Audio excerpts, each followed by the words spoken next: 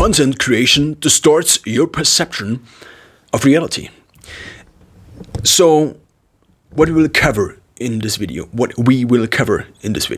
apart from me bettering my pronunciation, me becoming better at my pronunciation, the first thing is what happens if you start creating content.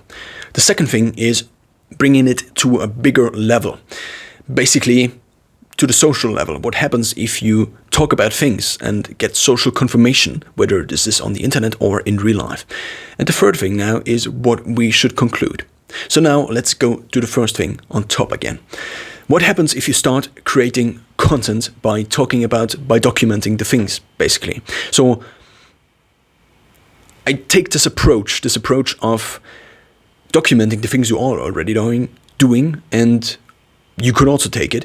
And this kind of means that you just talk about the things you are already doing. Pretty obvious. Why is this so?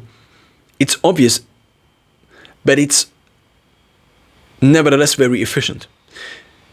Just because it is obvious doesn't mean everybody does it. I am getting into a logic trap here, but let's just try to back up a little bit and get out of this trap again. So if you want to create content, then, and I just use content even though it's a cliche word at this point in time, not really a cliche word, but it's a word that is hyped. Content creation, content, it's all about content. I just use it as a word for media that is actually published. So now, what happens if you start creating content about the things you are already doing? Because that's the most efficient process. Why is it the most efficient process? Of all the things you are good at, there are things you are already good at. Of course, you can go out and make a video about why Albert Einstein actually is wrong about time perception, or why Albert Einstein's special relativity theory is actually kind of different if we also consider the current state of quantum physics. Of course, this is something you can get into, but if you are not already into this topic, then it's very hard to make a video that is true, or that at least tries to be as true as possible, that also has some logical conclusions and just in general adds value to somebody else, or for somebody else, or somebody else can see value in this. So now, it's basically this. If you are already good at something, then it makes sense to talk about this thing because you are already good about it, and the only thing you have to do now is talk about it, or write about it, or just create any form of content about it. So what this now means is, from the moment of creation, from the moment on where you start creating things about the things you already know, you will talk more about the things. You will not really talk, but you just create content about the things you already know. This means you're basically just amplifying what you already know, but at the same time you're not learning. It's not really amplifying, it's just that you just repeat the things you already think you know. The realizations you already made, you just repeat them again and again and again. It's just like talking to a wall, but the wall is like, yeah, just tell me the same thing again. And then you said the same thing again, and it's like, yeah, tell me the same thing again. And here is another paradox. The more you say the same thing again, the more you will become better at saying the same thing again. This could mean that if you have a certain statement, for example, when it comes to just pick a random topic, working hard. It's working hard, but not smart. And then you will just get into this topic more and more. And as you get into this topic more and more, your social skills, including your rhetoric skills, will just increase. And if you have this specific topic, it's like rehearsing a talk over and over again. The more you rehearse it, the better it actually becomes. And therefore, when is the moment where you actually stop talking about the same thing over and over again in an endless loop and actually start creating new content? And if you create new content, then obviously compared to it, it's less efficient because you have to actually research new things, or you actually have to live first new things then that you then can create on, or that you then can document. And now the more you get into this process, the more you just amplify, not really amplify, but you just repeat. It's like an affirmation you give to yourself. So let's now dive into the second topic. The second topic is now kind of the consequences. What are the consequences, and also diving into what actually is happening on a social level, often in relationships. It's this.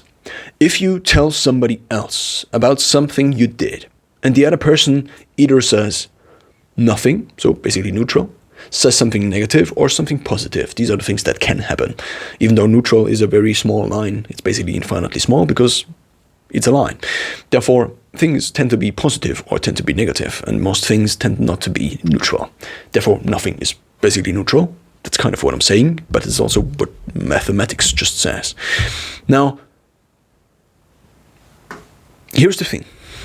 Because many of our social relationships are social, many of the people don't want to risk, or most of us don't want to risk putting out your own opinion or your own thought or judging somebody else or giving some feedback that might be negative to somebody else, and thereby risking their own relationship with this person, which could benefit them in the future. I mean, this is in terms of evolution and in terms of altruism, just the most logical strategy. Just don't say random things that can be perceived negatively. Of course, the better. So the higher the social level. So if there are different social levels, let's just say there are social levels, social interactions levels, or the deepness of a social interactions from 1 to 10, or the closeness of a social interaction from 1 to 10, you probably have the more you go into a higher level, so the closer you get to a person, the more true the feedback should actually be, probably. And the less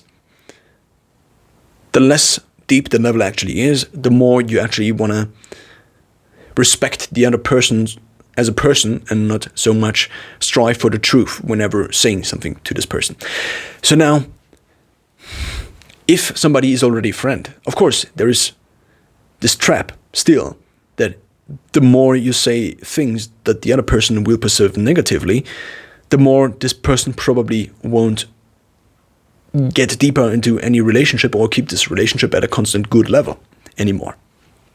So this now means what often happens. I mean, why would you even tell somebody else about something you did? Why would you? You could just not do it. Of course, the other person could ask, but if it's not like a very, very, very genuine interest, then the only thing that is kind of left, and this is also kind of something sad, but at the same time, I think it's something that just is there. It's this. We tell other people about the things we do because we seek social confirmation. Because we want to get confirmed that the things we are already doing are at least not something we could go into jail for, or at least something that is not considered anything very negative. So even if we tell somebody else something and the other person just says nothing, then it's basically exposing the things we did. So if it's something that is very negative, and you nevertheless continue to tell somebody else just by the fact that the other person is still listening and is not like throwing you into prison or calling the police or something like this in this order of magnitude, just by the other person listening, she is the other person is basically giving us a level of acceptance and therefore again confirming our actions. Now, let's take this principle we just discovered, or this underlying principle behind social relations, or one of the underlying principles behind social relationships, and let's apply it to content creation again. It's the same principle. It's just that you're not face-to-face with the other person. Of course, you could create content for your own and store it on your hard drives for the rest of time, but that's usually not what you are aiming for. This means if you then post the content, at least if nobody says, oh yeah, that's the worst thing I've ever seen, you are so bad at speaking, or this is just total nuts what you are saying. Even so, if somebody watches it, and even if there is no engagement with it, it still is a level of acceptance. And even if you post it and it doesn't get taken off of the platforms because there are some restrictions of what you can post, then that's still a social confirmation. Somebody else is accepting the thing you just produced. If it's YouTube and it's still hosted on YouTube and people in the future maybe could watch it, even if it doesn't have views. But if it has views, then it's just social confirmation, but very amplified. It's, oh yeah, this person just likes what you said. And this person also just likes what he said. So, and this just repeats again and again and again and again. So now what happens if you could say it better? If you could say it somehow better? If you could be a better speaker? If you could say the same thing again and again and again? So you record the same thing again, and it's basically the same thing. It's still the same statement. It's maybe another video with another topic, but it's still kind of the same thing. Maybe it's the identical topic and you just figured out how to now say it better, and it gets even more engagement, even more views. The problem now is that you get stuck in this loop of documenting the things you are already doing and then basically doing them all over again and then seeking social confirmation for it. And also, if you just speak alone in front of a camera, just because you are saying these things and because nobody else says something against it, it's already kind of confirmation. It's just amplifying the things that are already in you. It's just amplifying the statements, the thoughts, the ideas that are already in you, and just putting yourself in a never-ending echo chamber. And this is now something you probably have heard already, an echo chamber. Because if you now put your content out into these social networks, what happens also is that the algorithms, not only for the content creator is this kind of a problem, because the content creators get stuck in the same things again and again if they don't actively fight it.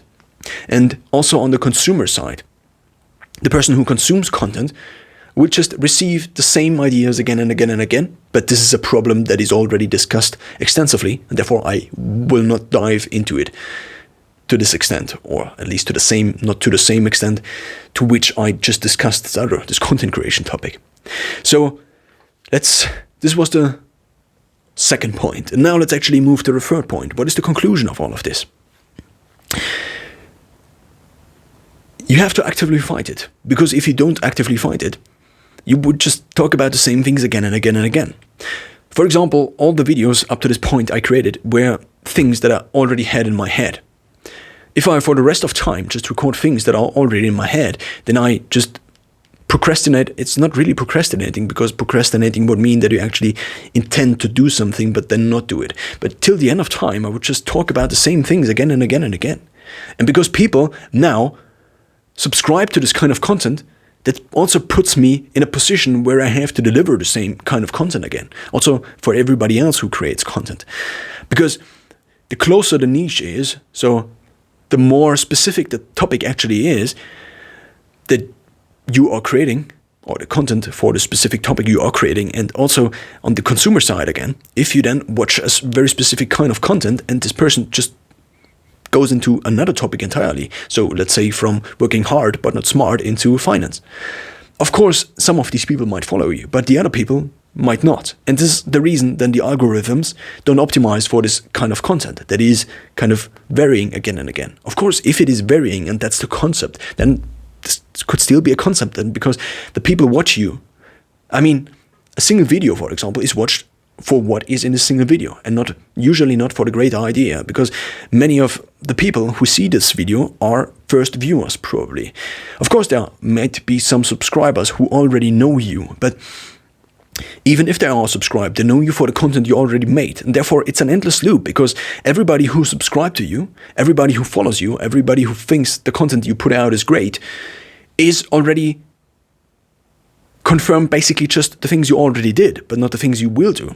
And now if you do things differently because of the algorithms and expectations and the combination of these two and how they intertwine with each other, it just makes it harder and harder apart from the content creation side. Because of course it is for you, it becomes easier and easier to just talk about the same things again and again and again. Now, what this actually means now, we are again on the third point of what this results in and what are the consequences. If I, for example, now would produce videos and blog articles for the rest of my time without actually actively fighting it by constantly trying to learn new things, then I would just talk about the same things over and over again, because every time I now make a video or I now have an idea, it's just something my mind made up out of the things I already know. And if I don't learn new things, then I would just talk about the same things again and again and again and again and again and again. And that's just happening with so many other people as well. Imagine somebody does, this is not really, of course, these are this is a 15-minute video already. I also sometimes make 2-hour videos if I cannot stop myself from talking. And it's not that I cannot stop myself from talking, it's just that I have then created different levels within the video, and if I then am on one of these levels or on one of these threads of conversations, and it just doesn't make sense to cut it off now, because if I want to create a video that is on the same level in all of these threads and has also a conclusion that is on the same level as the previous, then it just doesn't make sense, at least in my view. Of course, maybe I will get better over time, limiting my thoughts to a certain time format, but also I kind of enjoy this time format that is not very limited by the time format itself, but just by the point of what I am saying and when I think the point is made. So back to the resolution, back to the consequences. If you choose to document the things you are already doing, if you don't actively, I just realized that usually I do, doesn't matter. So now, back to the resolution. Back to matrix resolutions. There has to be a part of your life in which you actively try to learn new things for the rest of your life. Apart from content creation also, because otherwise you will never experience new things. You will never again really gain new experiences again and again and again. There's also another thing that is happening. And this other thing that is happening is the perception of time. And the perception of time is actually dependent on how many new things you perceive per unit of time. This means the more new things you perceive, things you have never perceived before, the more you think the time is slowing down. And the less things that are happening are new to you or are something you already experienced in some kind of way, the faster this time will actually pass, or the time in general will actually pass. And this is also kind of a way maybe to slow down life. If you constantly try to learn new things, then also your perception of time is at least not speeding up, because it is speeding up if you learn something. You go through elementary school, kindergarten, then through high school, or all the equivalents of high school in the different countries, and then you maybe study, or you maybe already learn a job, and then you do maybe a master, and then so the process of studying and education then is over, and then you apply this one thing, maybe for the rest of your life, but also maybe if not, maybe if you change your job, then it's probably something not entirely new, because you will not switch from a nutritional scientist to a computer scientist. And maybe this is very close, but you will not switch from a politician to...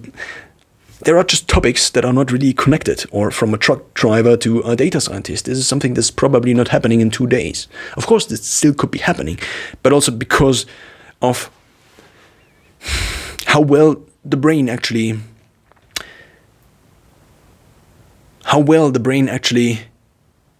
can still develop.